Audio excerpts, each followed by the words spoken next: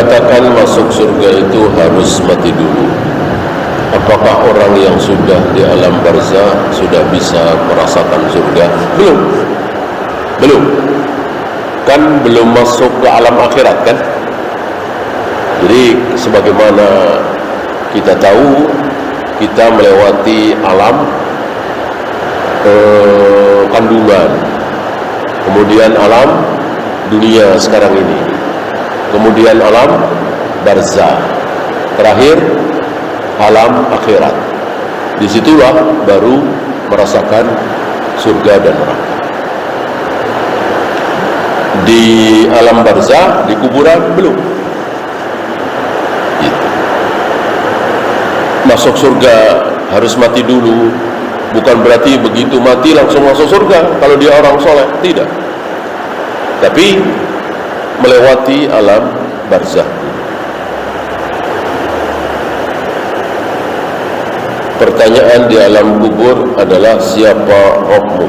Kenapa bukan siapa Allah? Justru itu ya. Jadi ujian itu bertingkat. Ujian pertama adalah nama dari Rabb kita adalah Allah. Setelah benar, masuk ke pertanyaan-pertanyaan selanjutnya, ya. Dan alangkah malangnya kalau kita hanya tahu Tuhan kita adalah Allah, sementara kita tidak tahu kalau Allah lah satu-satunya yang berhak disembah. Ya. Ambil contoh Abu Jahal, ya kan? Orang menyebut wallahi demi Allah itu berkali-kali Abu Jahal, Abu Lahab. Bahkan Al-Quran menjadi saksi. Abu Jahal, Abu Lahab meyakini bahwa yang menurunkan hujan, memberikan rezeki, menghidupkan, mematikan adalah Allah. Wala in sa'altahum man khalaqas samawati wal ard la yaquluna Allah. Muhammad, jika engkau tanyakan kepada mereka, maksudnya Abu Jahal, Abu Lahab dan teman-temannya itu, siapa yang menghidupkan, siapa yang mematikan, siapa yang menurunkan hujan, siapa yang memberikan rezeki, Abu Jahal, Abu Lahab menjawab Allah. Benar jawaban ini.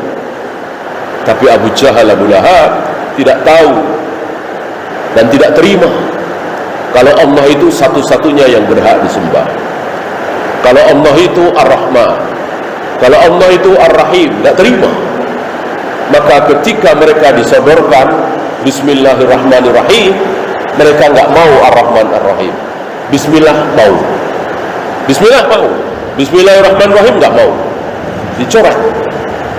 Ya. Mereka minta perjanjian itu dicoret. Jangan Bismillahirrahmanirrahim, tapi Bismillah saja. Akhirnya dicoret oleh Rasulullah SAW.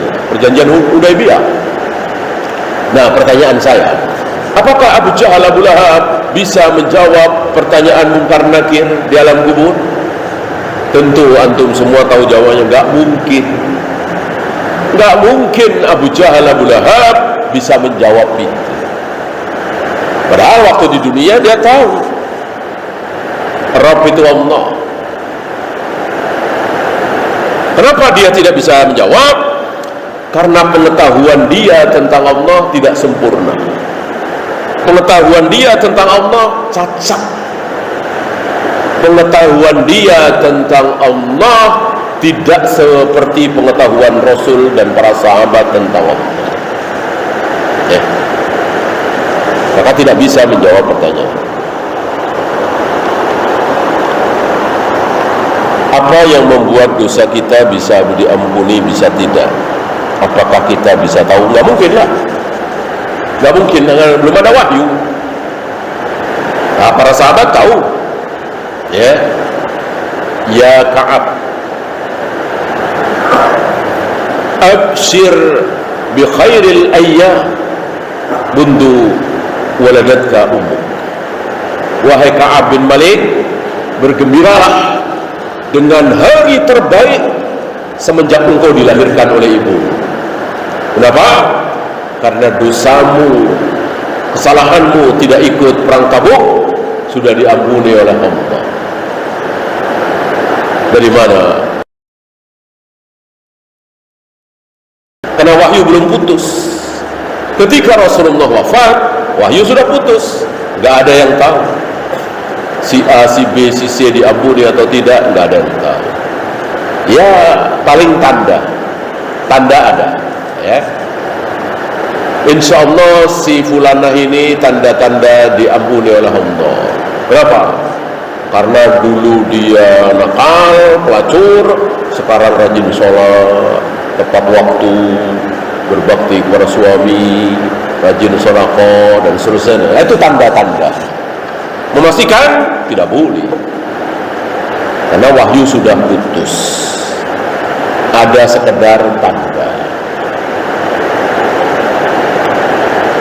Bolehkah masjid menerima sedekah infak dari seseorang yang penghasilannya tidak diketahui Allah? Jelas boleh. Jelas boleh. Sangat jelas boleh. Kalau nggak boleh berarti harus jelas halal, berarti setiap yang nyumbang kita tanya, duit dari mana Pak? Ya. Apa nggak marah tuh yang nyumbang? Ya. Ada yang nyumbang 50 juta. Selama ini belum pernah nyumbang segitu. Ya, maaf Pak, duit dari mana ya? Ya, bukan korupsi kan Pak? Kalau nggak dikapret kita, ya, ya tentu nggak berhak. Urusan dia. Ternyata itu duit korupsi, urusan dia, yang dosa dia.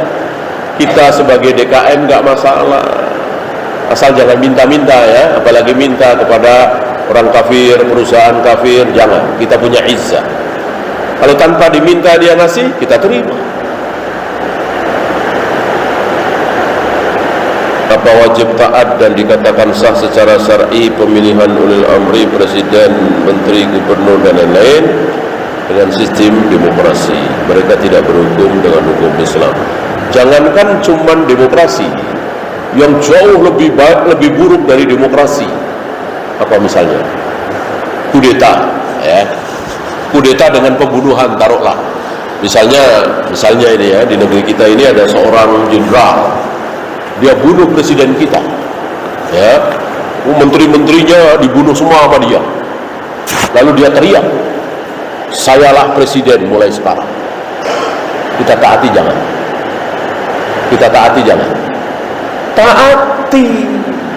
Urusan dia dosa-dosa kepada Allah. Kalau kita nggak taat, kita berontak, nggak sah, bodoh. Seperti di mana itu? Di Myanmar ya, menjadi ancur-ancuran. Rakyat pada demo karena jenderal itu zalim, memenjarakan dan membunuh presiden yang sah. Lalu demo, ekonomi morat-marit, banyak yang mati, bodoh. Udah biarin aja. Kalau rakyat cerdas, biarin aja. Ya, dia dosa-dosa kepada Allah. Daripada ya ketika kita melawan demo kan ada aparat yang pro dia, orang aparat, tentara dibayar oleh dia penguasa gitu. Nah, yang cerdas para sahabat,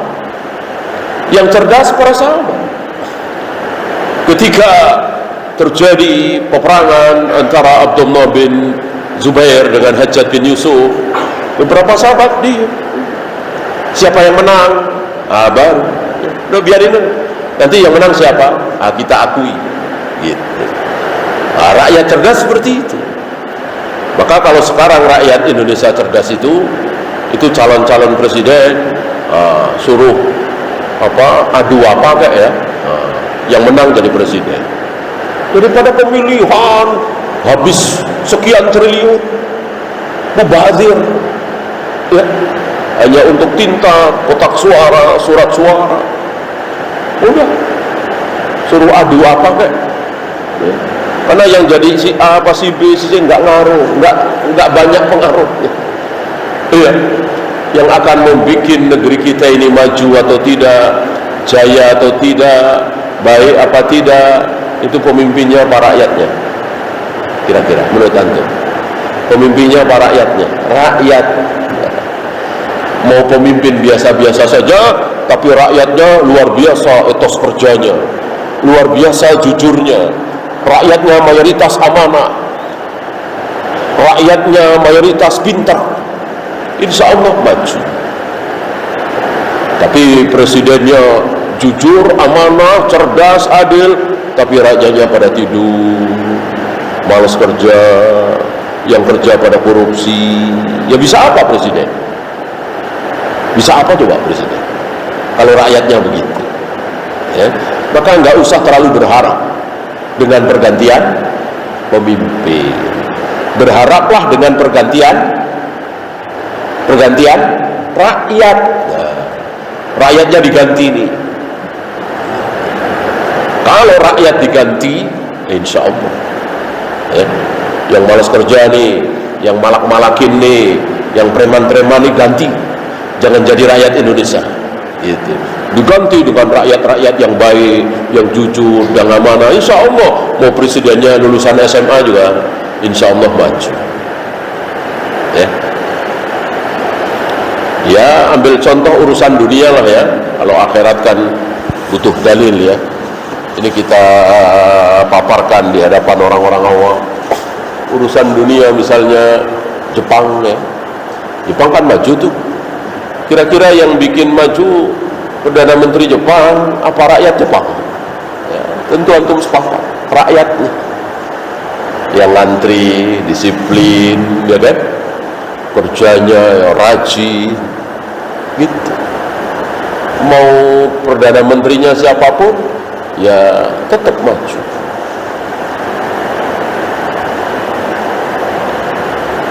Barang siapa yang mengenal dirinya, dia pasti mengenal Allah. Apakah ini batil? Batil sebatil-batilnya.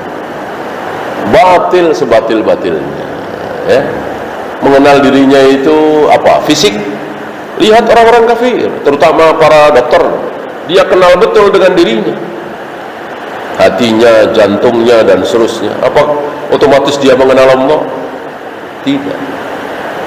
Ini kalimat batil dan terkenal. Man arafa nafsahu arafa rabbahu. Ini sangat-sangat batil. Dia disuruh mengenal dirinya. Diri apa nih yang dimaksud? Fisik ya, sifat, apa mengetahui sifat diri sendiri? Otomatis kita mengetahui Allah bersemayam di mana, turun ke langit dunia dan seterusnya. Ya mustahil. Ini kalimat yang sangat batil. Bagaimana sikap kita jika ada keluarga yang kena LGBT?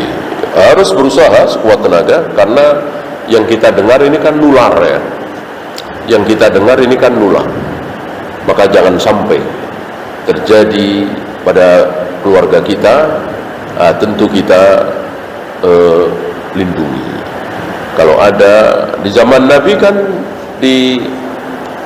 dikucilkan, hit itu kan dikucilkan ya, walaupun sebetulnya dia tidak LGBT, cuman laki-laki tapi apa ya, unsa muskil gitu istilahnya, mungkin kata kita banci.